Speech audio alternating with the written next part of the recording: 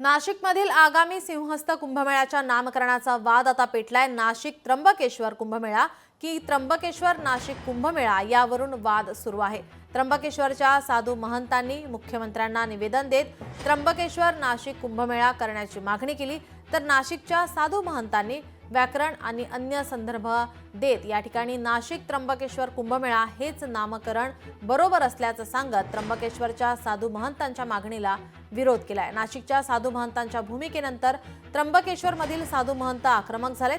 आज त्र्यंबकेश्वरमध्ये साधूंची बैठक होते आणि कुंभमेळा त्र्यंबकेश्वरचा आता भरतो आणि नाशिकच्या महंतांना अभ्यासाची गरज असल्याचं पंडित मयुरेश दीक्षित यांनी महंत सुधीरदास यांना टोला लगावलाय।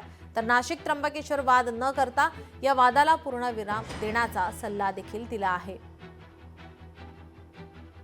कुठलेही व्याकरणाचे प्रमाण देता व्याकरणाचा आणि सिंहस्थ कुंभमेळ्याचा कुठलाही संबंध नाही की नाशिक नाव लघु आहे म्हणून आधी त्र्यंबकेश्वर मोठा आहे। ते काही नवरा बायकोचं नातं नाही।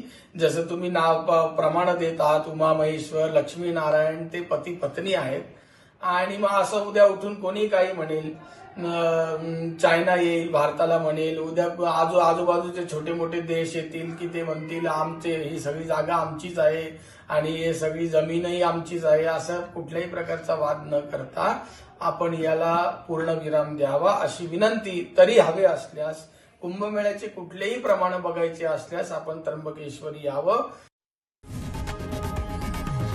लोकशाही मराठी ऐका, पहा, जागरूक रहा।